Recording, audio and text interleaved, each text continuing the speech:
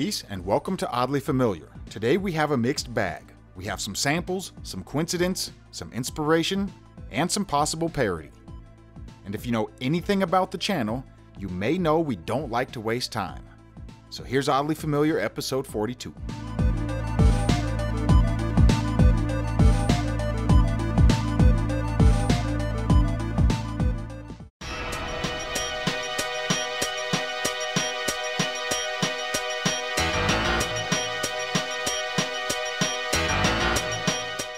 Number 10, Goldeneye 007, The Cradle.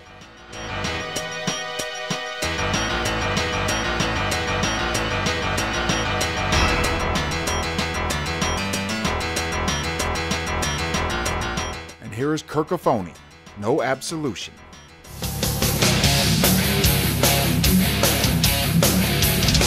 You know she's made up her mind.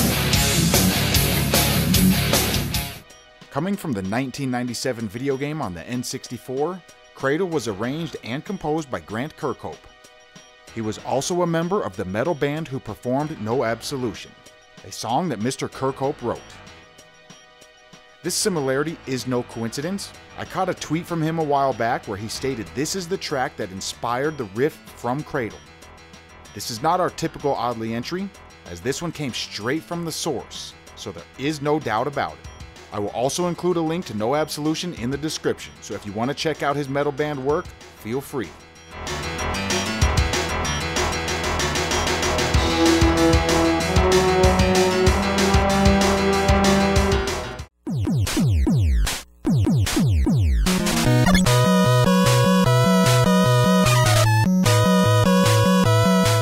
Number 9, Elec Man, which needs no introduction.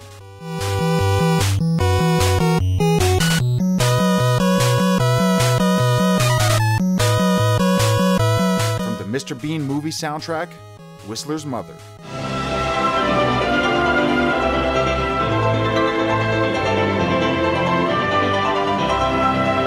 So this is probably like the 40th song that we have found that is similar to Elec Man, and if you haven't seen the compilation, then I do recommend you go check it out. You can see just how many songs have this riff.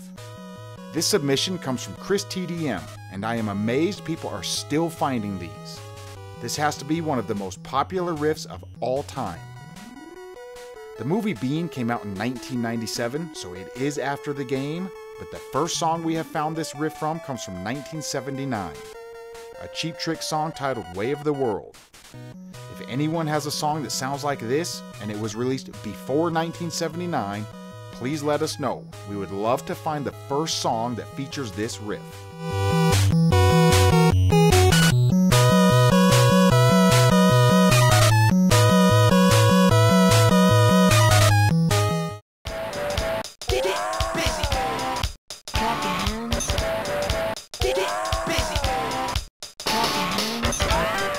Number 8 comes from DD Crew.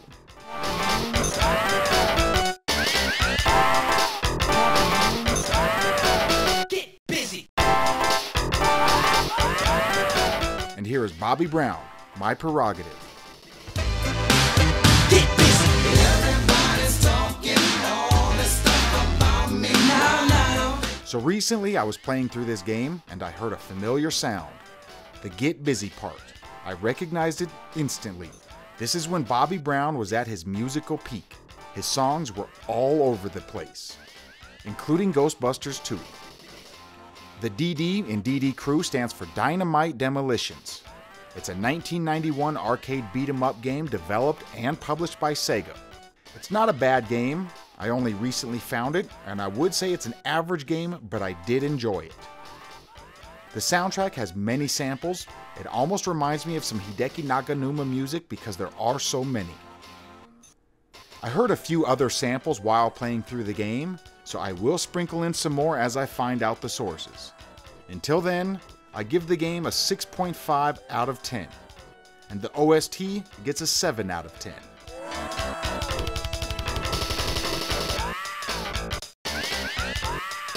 Clap your hands.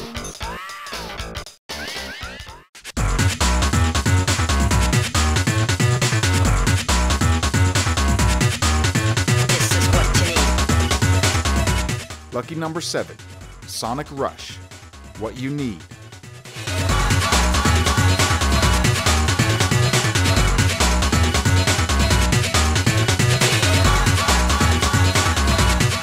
And here is Daytona, USA, Start Your Engines.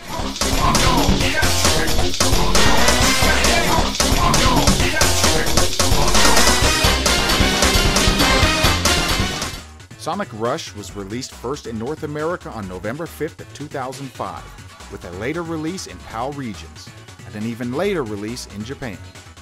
The soundtrack was arranged and composed by none other than Hideki Naganuma. The theme from Daytona, USA was arranged and composed by Takenobu Mitsuyoshi, who has close ties with Sega, as does Hideki, so one may think this was inspiration. But I came across this tweet and Bobby177 commented on it and tagged Hideki, and the funky uncle tweeted back. He stated it is the same chord progression, but Start Your Engines was not referenced. And he added that Takenobu does know what funk is. In addition, if anyone is a fan of Guru Larry, at the very end of the Daytona USA song, you may hear something oddly familiar.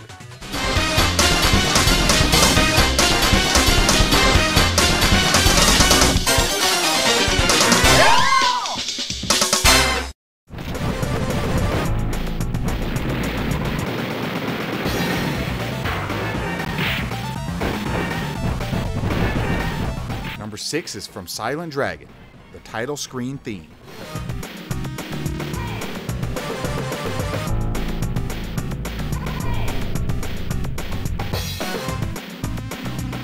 And that Hey sample comes from James Brown, Funky President, People It's Bad. Nasty. Hey, listen to the man. Rap Godfather. Payback. Oh, blame. Now I wouldn't blame you if the first thing you thought of was a certain Zelda game. Hey! Or maybe one from Bionic Commando. Hey! But as you can hear, they are different. Silent Dragon was released in 1992, which predates Ocarina of Time by 6 years and Bionic Commando Rearmed by 16 years. While the James Brown song is from 1974, which predates all 3 games. This song is a popular one to sample, as it has been done over 1,000 times in random songs through the years. So if you think you have heard it before, you probably have.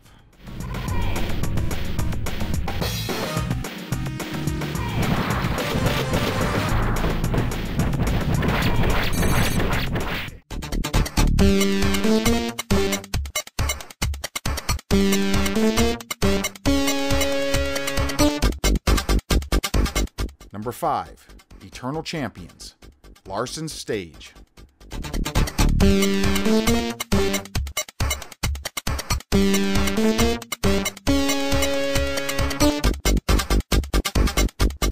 And now let's compare that to the theme of Dragnet.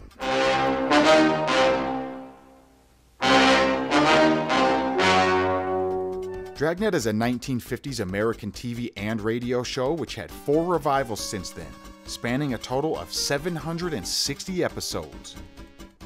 Created by Jack Webb, starring and narrated by Jack Webb, the series would not be what it is without this man.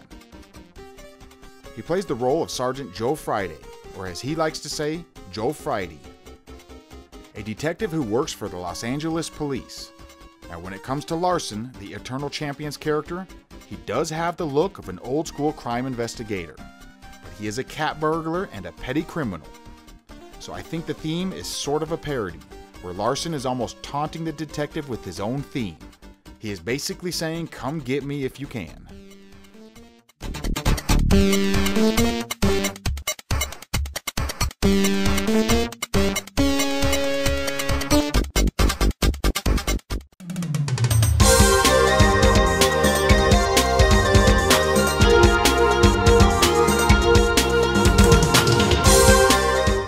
Unlucky number 4 comes from Sion 2, The First Attack, its opening theme.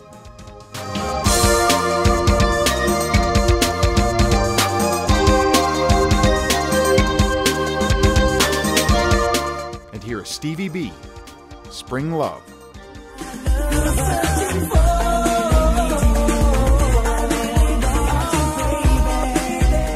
Sion 2 was released in 1992 for the Sharp X68000.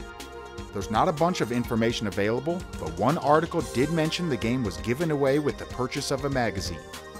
Developed and published by SoftBank, a company that I know best because they own the Fukuoka SoftBank Hawks, my favorite Japanese baseball team. They were the closest team to my home when I lived in Japan, and I even went to a couple games.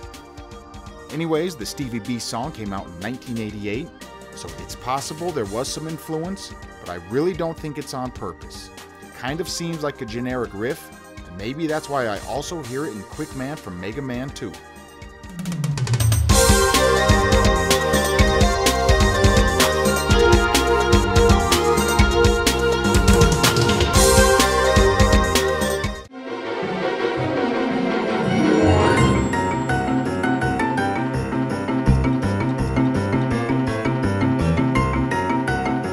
Number 3 comes from Tonic Trouble, a theme titled Ski Slop.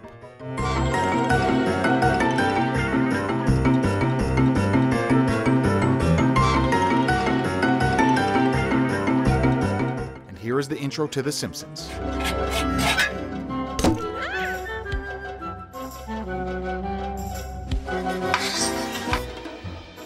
Yes, this one is quite different, but the vibe is there. Maybe it was done by accident, or maybe on purpose. The only thing that I know for sure is that I think of The Simpsons when I hear this Tonic Trouble theme. It has that same bouncy and cartoony feel, and I even ran it by our patrons to see what they thought of it. Without saying anything about The Simpsons, I just asked if it sounded familiar. The first thing Bearsona asked was, Simpsons? And the first thing Quantum said was, Simpsons. So I would like to think it's justified being on the list.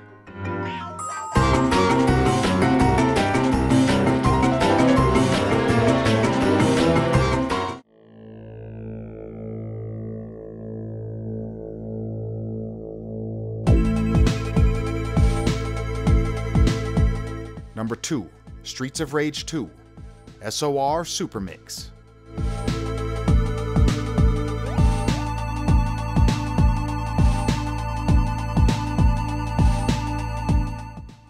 Here is a song titled Sadeness by Enigma.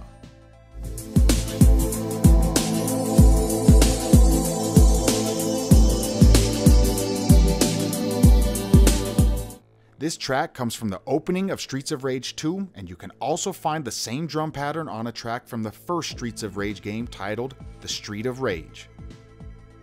Both tracks are arranged and composed by Yuzo Koshiro.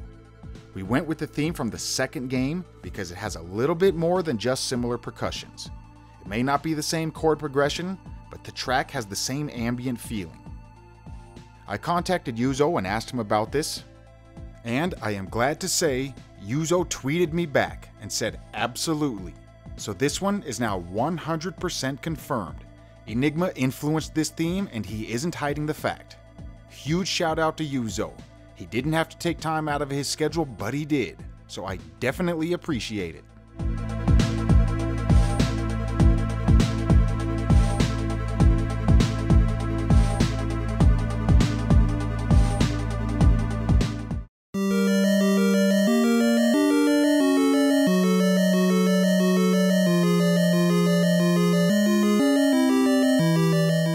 Number 1, The Legend of Zelda, the Dungeon Theme.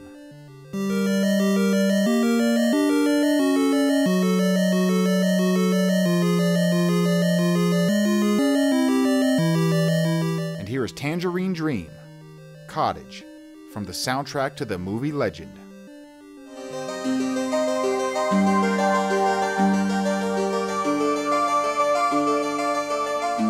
This is one that I heard many years ago, and I always thought it sounded familiar, but I actually forgot about it. So just the other day I fired up some Tangerine Dream, and I thought, oh yeah, let's include that one. The Legend is a movie directed by Ridley Scott in 1985. It stars Tom Cruise, and there are actually 2 versions of the movie. One with the soundtrack by Tangerine Dream, and one with the soundtrack by Jerry Goldsmith. I'm not sure exactly why they have 2 different soundtracks, as I have never really heard of a movie doing such a thing. The Legend of Zelda was first released on the Famicom Disk System in Japan on February 1st, 1986. So technically it is possible that Cottage was inspiration, even though Japan didn't see a release of the movie Legend until the 22nd of August in 1987. There is a 2-year gap in the American release of the movie and the Japanese release, so I think there is still a chance someone at Nintendo seen it before that. Mainly Koji Kondo, as he is the composer of this Zelda theme.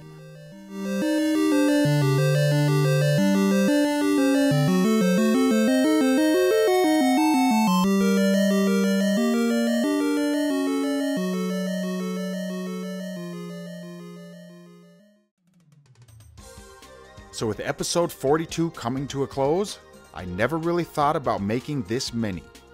But with all of the viewers submitting more and more, it kept us going. There are a ton of themes left to cover, so who knows, we may do another 42 episodes. Don't forget to check out our Patreon. All patrons get an invite to our Discord. And as soon as we have enough patrons, we will start to send out one random soundtrack to a winning patron once per month. Think of it as a video game soundtrack lottery. Last but not least, shout out to gold level patrons Bearsona11 and Quantum X. I am ICC. Thanks for watching. Peace.